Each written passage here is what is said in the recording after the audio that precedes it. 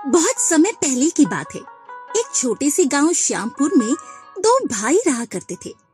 बड़े भाई का नाम रमेश और छोटे भाई का नाम सुरेश था। दोनों भाई बहुत गरीब थे। जब वो छोटे थे तभी उनके ऊपर से माता पिता का साया उठ चुका था। बिना माता पिता के इनका जीवन बहुत कठिन हो चुका था। दोनों भाई दूसरों के घरों और दूसरों के खेतों में मेहनत मजदूरी करके अपना जीवन गुजारते थे, लेकिन आपस में दोनों भाइयों को बड़ा प्रेम था। पूरे दिन मेहनत मजदूरी करने के बाद जो भी पैसे मिलते थे उन पैसों से वो भोजन बनाते थे। इसी तरह वो दोनों भाई अपना जीवन यापन करते थे। इसी तरह कुछ सालों तक चलता रहा। एक दिन बड़ा भाई रमेश अपने छोटे भाई सुरेश से बोलता है, सुरेश, मुझे तो कुछ भी समझ में नहीं आ रहा है कि हम क्या करें। हम कब तक इसी तरह गरीबी में अपना जीवन काटते रहेंगे? कब तक इस पुराने घर में रहेंगे? कब तक दूसरों के घर मजदूरी करेंगे? आने वाले समय में हम लोगों का विवाह भी होगा। हम उन्हें कहाँ रखेंगे और क्या खिलाएंगे? भैया, आप बिल्कुल सही कह रहे हैं। हम कब तक इसी गरीबी में रहेंगे? इस गरीबी में अपना पूरा जीवन नहीं निकाल सकते। हमें कुछ ना कुछ तो करना ही पड़ेगा, जिससे हमें ये हर रोज मजदूरी से छुटकारा मिल जाए। हम भी अपना आराम का जीवन जिए। सुरेश, हमारे गांव के बहुत से लोग गांव से निकल रहे हैं, शहर में जाकर रहने लगे हैं। आज उनके पास बहुत पैसा है, इसलिए मैं भी सोच रहा हूँ मैं शहर चला जाऊँ और वहाँ कोई काम ढूंढ लूँ। जब कोई अच्छा सा काम मिल जाए तो मैं तुम्हें भी बुला लूँगा, फिर हम आराम से अपना जीवन जिया करेंगे। भैया, ये तो बहुत अच्छी बात है। आपको शहर जाने से हमारे दिन सुधर सकते हैं, तो आप कल ही शहर चले जाइए। जब आपका काम सही चलने लगे तो आप भी मुझे बुला लेना, मैं तुरंत ही आपके पास चला आऊँगा। अगले ही दिन रमेश शहर की ओर निकल जाता है। काफी देर चलने के बाद वो शहर पहुंच जाता है। शहर पहुंचने के बाद वो कई जगह काम की तलाश करता है। फिर उसे एक जगह काम मिल ही जाता है। उसके बाद रमेश धीरे धीरे धनवान बनता चला गया और कुछ ही दिनों में वो अपना कारोबार भी शुरू कर देता है, जिससे वो बहुत मालदार हो जाता है। रमेश एक बहुत बड़ा बंगला खरीद लेता है और एक महिला से विवाह भी कर लेता है। दूसरी तरफ उसका छोटा भाई सुरेश अभी भी दूसरों के खेतों में मेहनत मजदूरी करके अपना जीवन व्यतीत कर रहा था। सुरेश रोज अपने बड़े भाई के बारे में सोचता रहा। अब तक तो भैया बहुत बड़े सेठ बन गए होंगे, लेकिन इतने दिन हो गए, लेकिन उन्होंने मुझे बुलाया नहीं। सुरेश बेचारा अपने भाई की राह देख रहा था कि उसका बड़ा भाई उसे बुलाने आएगा, लेकिन उसके भाई का ना ही कोई बुलावा आता है और ना ही वो खुद आता है। इसी तरह 6 महीने बीत जाते हैं। सुरेश का भाई रमेश अपने बड़े भाई के बारे में सोचते सोचते अपने गांव के आदमी के पास जाता है जो शहर से आया हुआ था। सुरेश अपने भाई के बारे में मालूम करने के लिए उस आदमी के पास चला जाता है। भाई भोला, तुम शहर से आ रहे हो ना? तुम्हें कुछ खबर मिली मेरे भाई के बारे में? उन्हें शहर गए कई महीने हो गए, ना ही उन्होंने मुझे बुलाया और ना ही वो खुद मिलने आए। हाँ सुरेश, सच कहूँ तो मैं शहर में था, लेकिन तुम्हारे भाई के बारे में कुछ खास जानकारी नहीं मिली। तुम्हारा भाई किसी काम में व्यस्त होगा, शायद इसलिए तुम्हें वो नहीं बुला पाया और ना ही खुद आ पाया। भैया तो हमेशा कहते थे कि वो मुझे कभी भी अकेला नहीं छोड़ेंगे। ऐसा आखिर क्या हो गया जो अभी तक वो मुझसे मिलने नहीं आए? सुरेश, कभी ऐसा हालात हो जाता है कि शहर जाने के बाद कुछ भी याद नहीं आता। बहुत लोग शहर में जाकर अपनों को भी भूल जाते हैं। अगर तुम्हारा भाई तुम्हें अपना समझता है तो जरूर तुम्हारे पास मिलने आएगा। तुम धैर्य रखो। भोला भैया, मुझे तो लगता है मुझे भूल गए हैं, नहीं तो अब तक तो उन्हें आ जाना चाहिए था। मैं तो कब से भैया का इंतजार करता हूँ, सिर्फ एक बार वह आ जाए और फिर मुझे भी शहर ले चले। सुरेश फिर वहां से अपने घर की ओर आने लगता है अपने घर पहुंचकर सुरेश अपने भैया के बारे में मन ही मन सोचने लगता है। भैया को गए 6 महीने हो गए, अब तक उन्होंने मुझे याद नहीं किया। शायद भैया मुझे भूल गए होंगे, लेकिन भैया तो कहकर गए थे मैं जाने के बाद तुम्हें भी बुलाऊंगा, लेकिन अब तक उन्होंने मुझे बुलाया क्यों नहीं। इसी तरह 1 साल बीत जाते हैं। सुरेश अपने भैया के बारे में सोचते सोचते दूसरे के खेतों में काम करके अपना जीवन काट रहा था। एक दिन एक बूढ़ा आदमी सुरेश के पास आता है और वो सुरेश से बोलता है, सुरेश कैसे हो? तुम्हारे भाई का कोई अता पता चला या नहीं? बाबा, भैया को गए अभी तक 1 साल हो गया और ना ही वो आए और ना ही वो मुझे बुलाने आए। सुरेश, तुम अपना शादी कर लो, कब तक तुम कुआरा रहोगे?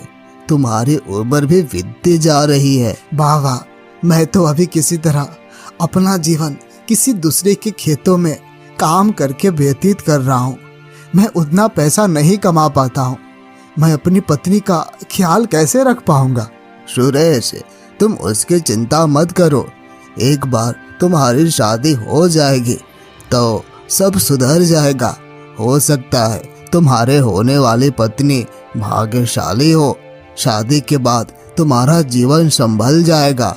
सुरेश फिर उस बूढ़े आदमी की बात मान लेता है और एक खूबसूरत सी लड़की देखकर शादी कर लेता है। सुरेश को शादी के बाद और ज्यादा जिम्मेदारी आ जाती है।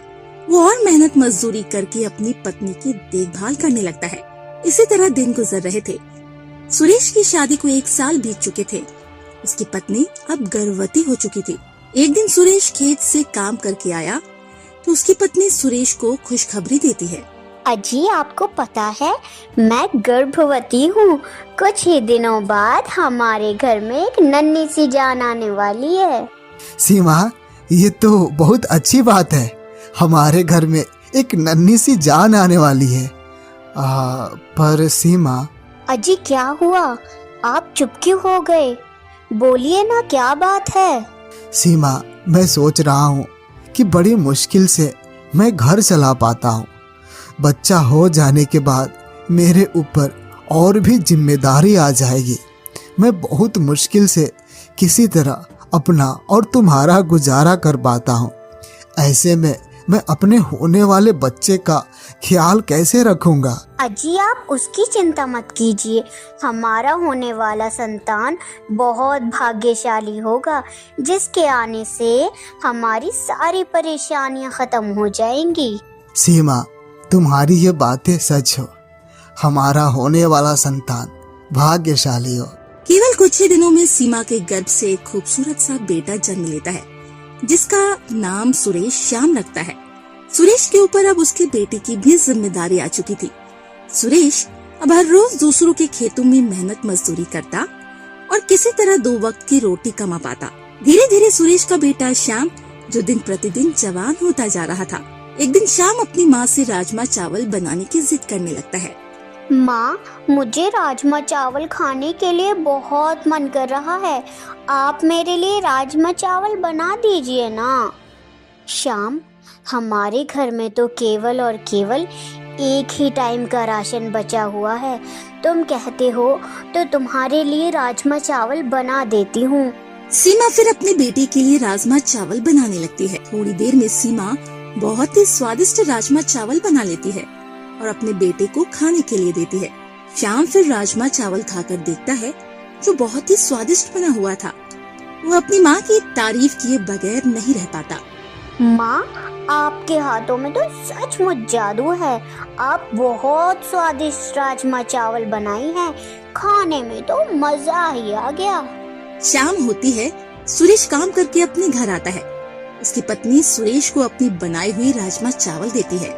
सुरेश राजमा चावल खाता है तो उसे राजमा चावल बहुत ही अच्छा लगता है। वो अपनी पत्नी से राजमा चावल की पढ़ाई करने लगता है। सीमा, क्या राजमा चावल बनाई हो? ओहो, ऐसा राजमा चावल हमारे भैया बनाए। सुरेश अगली सुबह जमींदार के घर जाता है और उनसे पैसे मांगता है। जमींदार जी, मुझे कुछ पैसे उधार दीजिए, मैं आपको थोड़े ही दिन में लौटा दूंगा। जमींदार फिर सुरेश को कुछ पैसे उधार पे दे देता है। सुरेश फिर अपना ठेला लगाता है और उस ठेले पर राजमा चावल बेचना शुरू कर देता है। सीमा ठेले पर राजमा चावल बनाती। सुरेश सभी को राजमा चावल खाने को देता है।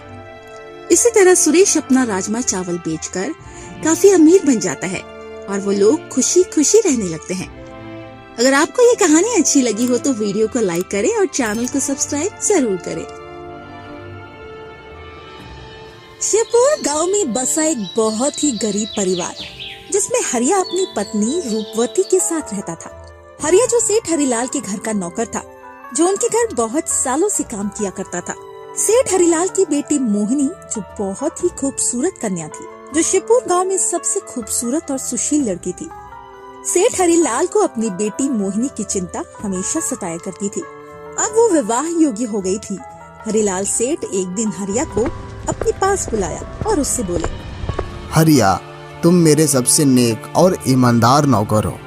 एक काम मैं तुम्हें सौंपता हूँ जो बहुत ही कठिन है, लेकिन मुझे पूरा यकीन है कि तुम मेरा ये काम जरूर करोगे। सेठ जी, कौन सा काम है? आप मुझे बताइए। मैं आपका नमक खाया हूँ। मैं आपके काम को पूरी अच्छी तरह से करूँगा। हरिया, तुम तो देख ही रहे हो, मेरी बेटी मोहिनी जो विवाह योग्य हो गई है। मुझे इसके लिए एक वर ढूंढना पड़ेगा, मगर मेरे पास उतनी ताकत अब नहीं है कि मैं अपनी बेटी के लिए एक अच्छा सा लड़का खोज सकूं। इसलिए मैं चाहता हूं तुम मेरी बेटी मोहिनी के लिए एक अच्छा सा वर ढूंढ कर लाओ, जिससे मैं अपनी बेटी का विवाह कर सकूं। सेठ जी, आप बिल्कुल चिंता मत कीजिए। मैं कल ही आपकी बेटी मोहिनी के लिए एक वर ढूंढने के लिए निकल जाऊंगा। आप बिल्कुल चिंता मत कीजिए, आप एकदम बेफिक्र रहिए। इतनी बात कहकर हरिया वहाँ से चला जाता है। वो अपने घर आता है और अपनी पत्नी रूपवती से बोलता है, रूपवती, मुझे सेठ जी ने एक बहुत ही महत्वपूर्ण कार्य दिया है। मुझे उस कार्य को करने के लिए जाना पड़ेगा। अजी, कौन सा कार्य जिसे आपके सेठ जी ने सौंपा हुआ है? मुझे भी तो बताइए, आखिर वो कौन सा कार्य है? रूपवती, सेठ हरिलाल की सुपुत्री है ना, वो मोहिनी, मुझे उसके लिए वर ढूंढने के लिए सेठ जी भेज रहे हैं। मैं अभी कुछ ही समय में निकल रहा हूँ। अजी ठीक है, आप जाइए और सेठ हरिलाल के लिए एक अच्छा सा दामाद ढूंढ कर लाइए। फिर हरिया किसान अपने घर से निकल जाता है। वो बहुत दूर की यात्रा करके जंगल के रास्ते चलना शुरू कर देता है। तभी उसे आराम करने का मन करता है। वो एक पेड़ के नीचे बैठ जाता है। ना जाने कहाँ मिलेगा सेठ हरिलाल की बेटी का वर। मुझे और अभी कितना चलना पड़ेगा। इधर तो मुझे गांव या घर भी नहीं दिख रहे हैं। हरिया इसी तरह सोच रहा था, तभी उसी रास्ते से एक साधु गुजर रहे थे। वो हरिया को देखकर उससे बोलते हैं, अरे क्या बात है बेटा, तुम इस वीरान जंगल में अकेले क्या कर रहे हो? आखिर क्या बात है? साधु महाराज, मेरा नाम हरिया है। मैं शिवपुर गांव का निवासी हूँ। मैं अपने सेठ हरिलाल की सुपुत्री मोहिनी के लिए एक वर खोजने जा रहा हूँ। क्या ऐसी बात है? अब मेरी नज़र में एक लड़का है जो पास के ही गांव में रहता है।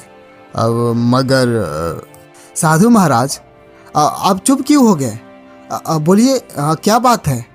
आखिर वो लड़का कौन है जिसके बारे में आप बात कर रहे थे? अब मुझे बताइए। बेटा, वो लड़का मात्र उग्रसेन का लड़का है, जो बहुत ही नेक और अच्छा स्वभाव वाला है। एक बार तुम जाकर उनसे मिल लो।